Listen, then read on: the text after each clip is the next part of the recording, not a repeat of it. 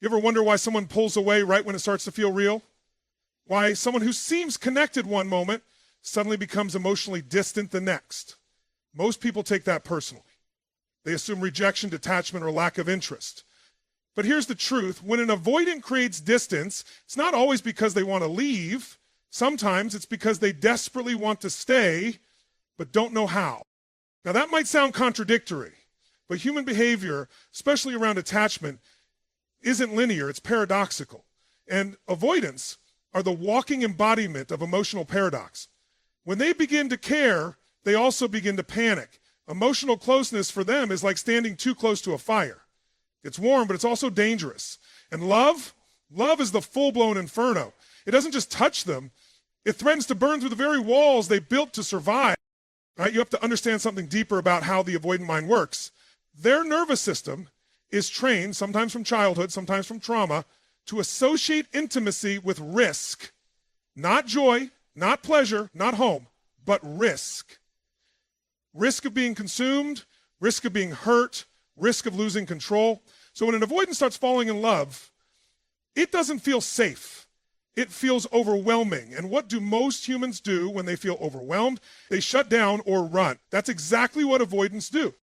But don't mistake that for apathy. The fact that they're creating distance doesn't mean they don't feel. It means they feel too much. It means the bond is real enough to scare them. Because when there's no emotional investment, they don't need to run. They only run when the stakes are high, when you matter, when the connection has the power to destabilize them emotionally. Most people miss this. They think if he loved me, he'd come closer. But with avoidance, love looks like withdrawal.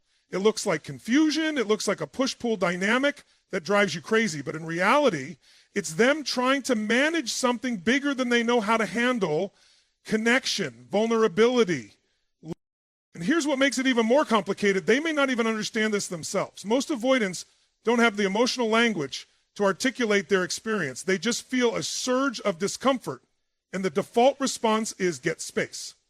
So they create distance, not to abandon you, but to protect themselves.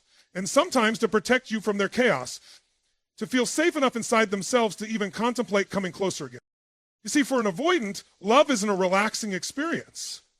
It's a war between the longing to connect and the fear of losing themselves. It's a daily conflict between I want you and you're too close. And when they pull away, they're trying to find enough oxygen to keep breathing in a situation that feels emotionally suffocating, even if you're not doing anything wrong. This is where a lot of relationships break down, because if you don't understand the psychology of the avoidant, you'll personalize their retreat. You'll chase, you'll protest, you'll try to force connection. But here's the harsh truth. The more you pursue, the more they retreat. Because now it's not just emotional closeness, it's pressure. And avoidants equate pressure with threat. So what do? You stop interpreting their distance as rejection, and you start understanding it as their version of emotional regulation. You stop pushing for answers and start giving them space with boundaries. You don't abandon yourself to hold space for them, but you allow them room to process, because that's the only way they ever feel safe enough to reconnect from choice, not obligation. And when an avoidant chooses to come back on their own terms, after reflection, after space, that's when you know there's real love brewing underneath all the silence. Because that return is not casual. It's not convenient. It's intentional. It's them stepping back into the fire, not because it's comfortable, but because they're realizing the warmth is worth the risk. So remember this, an avoidance distance isn't always about departure. Sometimes it's the preparation to stay.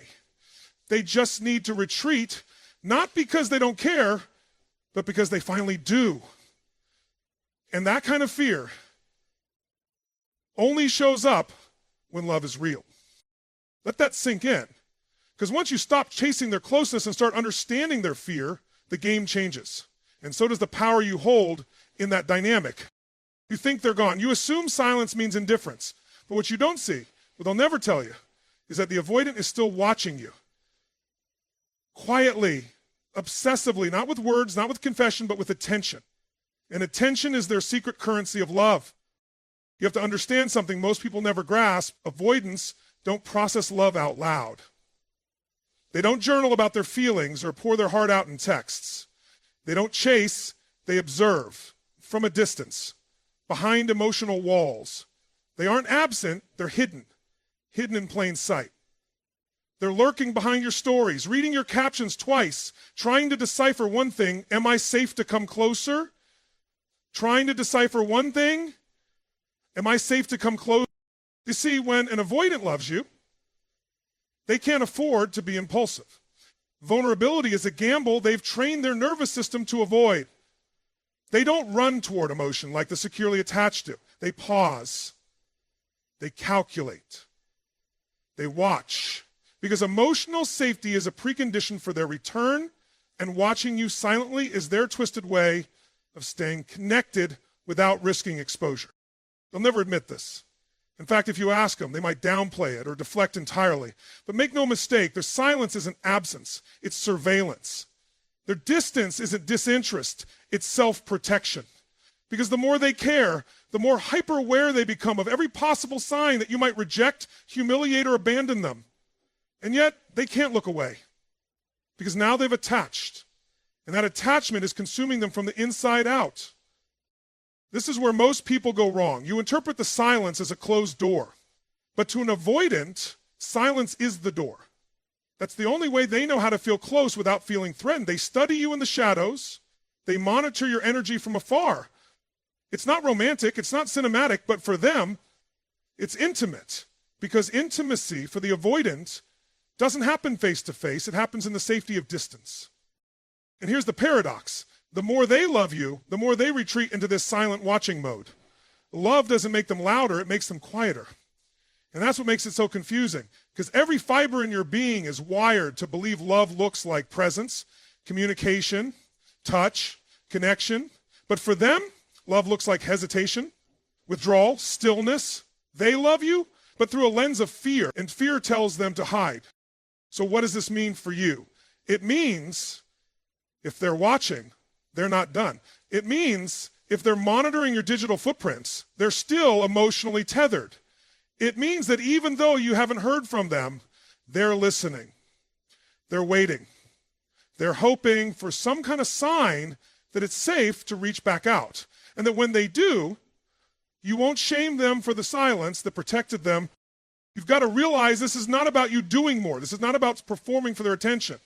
This is about understanding the language they speak. And the language of the avoidant is nonverbal. It's subconscious. It's protective. But underneath that, if they care, if they're checking in, if they're watching, they're still connected. And connection with someone with an avoidant attachment style is not easy to shake. That doesn't mean you chase them. That doesn't mean you wait around endlessly, giving your power away. But it does mean you stop believing the lie that silence always equals closure. Sometimes silence is their way of staying loyal to the idea of you, even when their trauma won't let them near you. So the next time you're tempted to say, he must not care, pause. Because the avoidant who's watching you in silence might care more than you'll ever know. But caring and coping don't always speak the same language. He's not showing love how you want. He's showing it the only way he can. And when someone is watching you silently, obsessively, despite their fear, despite the discomfort, you better believe something deep is brewing beneath the surface. Because people don't stare at what they're done with. They don't analyze what they've erased. And they don't hover in silence over something they've emotionally detached from. They do that when they're still all in, just too afraid to show it. So ask yourself, are you interpreting silence through your wounds? Or are you decoding it through understanding? Because once you realize that the avoidant silence isn't a void but a window, you stop reacting with fear and start responding with power. Love, for most people, is loud, it's expressive, it's full of gestures, affection, declarations. But for someone with an avoidant attachment style, love doesn't show up in grand words. It slips in through controlled, careful actions. And often, those actions are so subtle, so structured, that they go completely unnoticed until you look closer. An avoidant doesn't open the floodgates, they open a window. 1 inch at a time. And they do it on their terms, not because they want power over you, but because this is how they manage the chaos inside. See, when an avoidant loves you, they can't hand over their heart all at once. It's too risky. What they can do is offer you access in moments, in fragments, in ways that feel safe to them. And if you're not paying attention, you'll miss that what looks like distance is actually their version of closeness. They might not tell you how they feel, but they'll drive across town to help you. They might not say, I love you, but they'll make sure you're safe, protected, comfortable. You'll catch them doing things for you they wouldn't do for anyone else. Lending their time, making room in their schedule, showing up when it counts. That's not casual. That's not random. That's intimacy. Avoidant style, the mistake most people make is judging their effort by how fast or how much they give. But with avoidance, the volume doesn't matter. The intent does. If they're giving you their time, their energy, their presence, even if it's limited, that means you've breached their walls. Even if you're only getting 20% of them, if that 20% is consistent, deliberate, and real, that's more than they offer anyone else. Because for them, offering time is offering self, and that's sacred territory. Here's what you need to realize. Avoidants value autonomy over almost anything. Their time, their space, their freedom. That's their oxygen. So if they begin to voluntarily share any of it with you, even in small doses, that's massive. That means they trust you enough to risk discomfort. It means they're slowly letting go of the fear that closeness will trap them or expose them. They're leaning in. But they're doing it on their terms because they don't yet feel safe surrendering control. And control for an avoidant is not about dominance, it's about survival. Love has betrayed them before. Vulnerability has cost them something in the past. So now they pace themselves. They set the rules of engagement not to manipulate you, but to keep themselves from drowning in emotions they can't yet process. So when they say, let's hang out, but only for a little, or I'm not ready to talk about that yet, they're not shutting you out. They're trying to stay regulated because for them, intimacy is a nervous system overload. It's not about how often they show up. It's about how meaningful it is when they do. And if you're wise enough to notice those moments, you'll realize they're building a bridge to you. Slowly, quietly, carefully, not with fireworks, but with presence. On their terms, yes, but make no mistake. On their terms doesn't mean fake. It means fragile. It means this is all I can handle right now. But I'm still here. And if you don't understand this dynamic, you'll misread everything. You'll think he's not making enough effort, or she's keeping me at arm's length. And maybe that's true, but ask yourself, how close does this person let anyone get? If you're getting more than most, that means something. That's not just affection, that's evolution, that's growth. That's love on the edge of fear. The truth is, avoidants test the water before they swim. If they offer you pieces of their time, if they let you into small corners of their life, they're watching to see how you handle it. Do you push? Do you rush them? Or do you meet them where they are? Because when you respect their pace, you make it safer for them to give more. So if you're wondering whether they love you, don't just listen for the words. Watch what they offer and how deliberately they offer it. If they're trying, even in imperfect ways, even inconsistently, that's not confusion. That's courage. That's love. Trying to breathe through a wall of fear. Never forget, when an avoidant gives you their time, they're not just showing up. They're letting you in. And for them, that's not a casual act. That's a declaration. And let me tell you something most people never realize. When an avoidant starts letting you see behind the mask, it's not an accident. It's not a slip. It's a breakthrough. Because for them, vulnerability is not a comfort zone. It's enemy territory. Their entire identity is built around control, self-sufficiency, and emotional armor. So when they start cracking that shell, even just a little, pay attention. That's not weakness, that's love in motion. See, avoidants grow up with a belief system that says no one is going to catch me if I fall. Whether that message came from emotional neglect, inconsistent parenting, or past relationships that betrayed their trust, the end result is always the same. They internalize the idea that showing emotion is dangerous, that opening up is giving someone the very weapon that can destroy them. So they build their life around strength, not real strength, controlled strength. Composure, stoicism, detachment. But here's the twist. Love doesn't respect that armor. When an avoidant starts to care deeply, something in them begins to malfunction. The old programs don't work anymore. The walls that kept them safe now feel suffocating.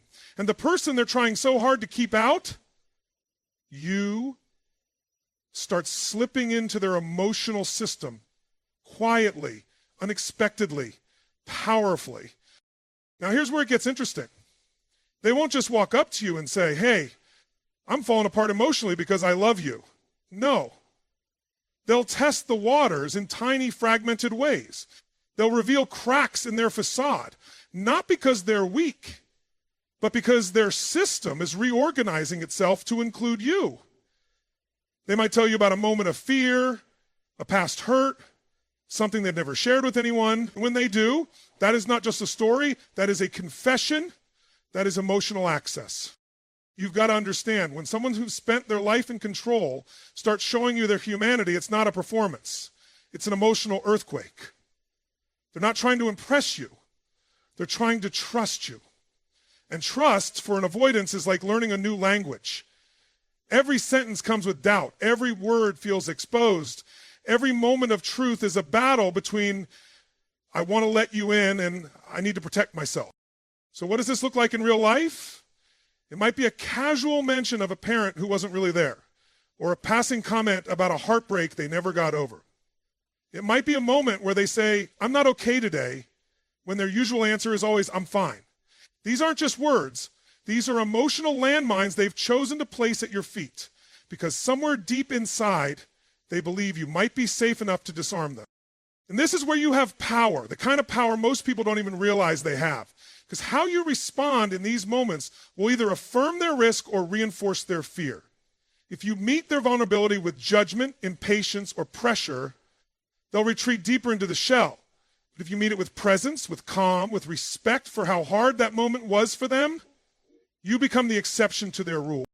Think about that. Most avoidants have a rule book that says people are dangerous, emotional exposure is a liability, but when they start to feel emotionally pulled toward you and they begin testing the safety of that bond by letting down their guard, and you respond with grace rather than pressure, that rewrites the rule.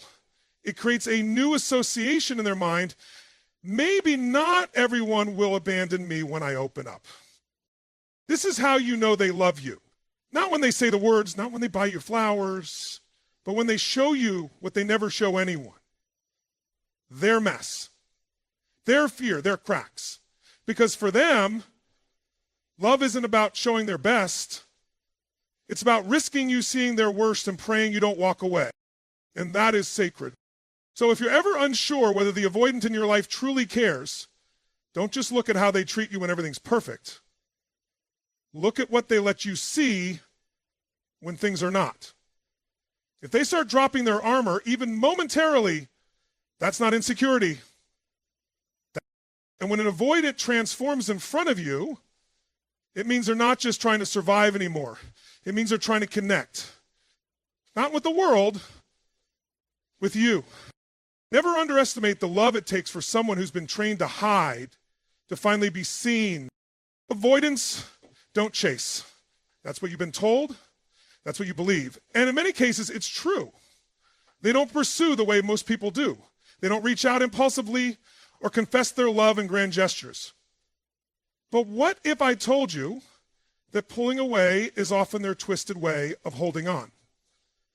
That distance, for them, is not rejection, it's regulation. And what's even more shocking, the more they love you, the more they'll test that distance, just to see if you'll still be there when they return. See, here's the paradox. Most people interpret space as disinterest. We've been conditioned to think that love looks like proximity, consistency, intensity. But to an avoidant, space is survival. They use distance to process what they're feeling because what they're feeling is so intense, so overwhelming that it threatens the fragile equilibrium they've spent their whole life maintaining. Love destabilizes, not because it's wrong, but because it's real. And real connection activates all the wounds they've buried under the surface. So when they pull away, it's not necessarily because they've lost interest. Often it's because they become too emotionally activated. They start to feel out of control. And for someone who's lived in a state of emotional independence, that lack of control is terrifying. Love brings them face to face with the truth they've avoided their whole life. I need someone. And that need triggers shame, vulnerability, and fear all at once. So what do? They retreat, they disappear, they fall back into themselves, not because you did something wrong, but because they can't yet handle how right you feel. But here's what most people miss. Even when they're silent, they're still connected. Even when they walk away, they don't fully let go. That mental tether doesn't snap, it stretches. They stay emotionally tied to you, just in a safer zone, one they can control. And here's where it gets wild. The more time they spend in that space, the more they start to realize something they weren't prepared for. They miss you. Not because you're gone, but because your absence doesn't equal peace. It creates chaos, emotional chaos. Their old strategies don't work anymore. Avoidance no longer brings relief. It brings longing. It brings you to the forefront of their mind, not as an escape, but as a need they can't shake. They think, maybe I was better with her. Maybe I felt more grounded around him. Maybe that space I thought I needed is actually the thing making me unravel. And now suddenly they're in a dilemma because they built their whole personality on not needing anyone, and now they realize they can't stop thinking about you. So what do? They might send a message, a subtle one, a just checking in text, meme, a memory, a breadcrumb. And most people miss it, or worse, resent it. But that breadcrumb, that's an invitation. That's an avoidant saying, I'm still here, but I'm scared. Show me it's safe. Because here's what they're testing when they pull away. Your reaction. Do you chase? Do you collapse? Do you rage, beg, or guilt trip? If you do, they retreat further. But if you stay centered, self-respecting, emotionally available without being emotionally dependent, they feel safe. And that safety is what invites them back into closeness. This is how you know they love you. Not when they stay close with ease, but when they create distance, then choose to return. That return is not casual, it's calculated. It's a sign that despite the discomfort of vulnerability, despite the war going on inside their nervous system, they still choose connection. And for someone who fears being engulfed, choosing to come back is not just emotional, it's revolutionary. So no, avoidants may not chase like others do, but they circle back when it matters. They revisit, they reflect, they re-engage in small, careful ways. Not because they're unsure, but because they're terrified of getting it wrong. And if you can recognize that their distance isn't always dismissal, you'll stop taking their silence so personally and start seeing it for what it really is. A sign they care more than they're capable of expressing. Because here's the truth. People don't come back to things that mean nothing. They come back to what their soul is still fighting for, even if their ego can't admit it yet. So if an avoidant pulls away and returns, understand this. That return is their version of, I love you. And it may not sound like much, but from someone who spent their life running from connection, it's everything. Here's a truth that'll shake everything you thought you knew about love.